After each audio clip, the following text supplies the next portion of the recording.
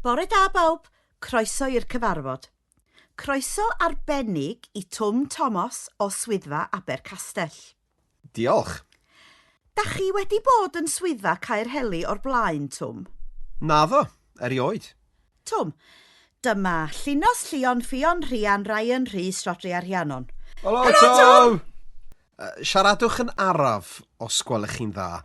Dwi ddim yn medru cofio enwa pawb. Peidiwch â phoeni.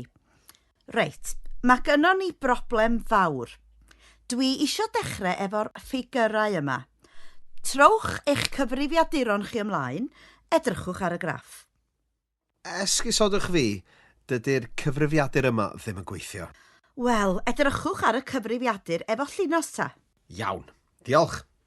Reit, edrychwch ar y graff. O, diar, dwi ddim yn dallt grafftiau'n dda iawn. Mae'n hawdd.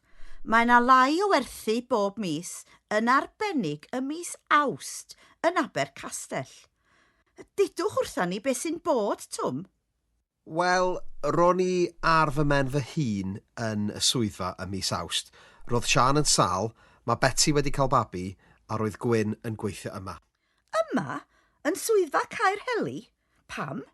Achos roeddech chi a 10 o bobl o'r swyddfa yma ar y cwrs ymlacio gyda yoga ar Ynys Madeira am fis. Dwi'n gweld. Wel, peidiwch â meddwl am ymlacio rwan. Rhaid i ni weithio'n galed. Reit, amser paned dwi'n meddwl. Gwna baned i bawb, Brian. Wedyn, da ni angen trafod y parti Nadolig, Twm.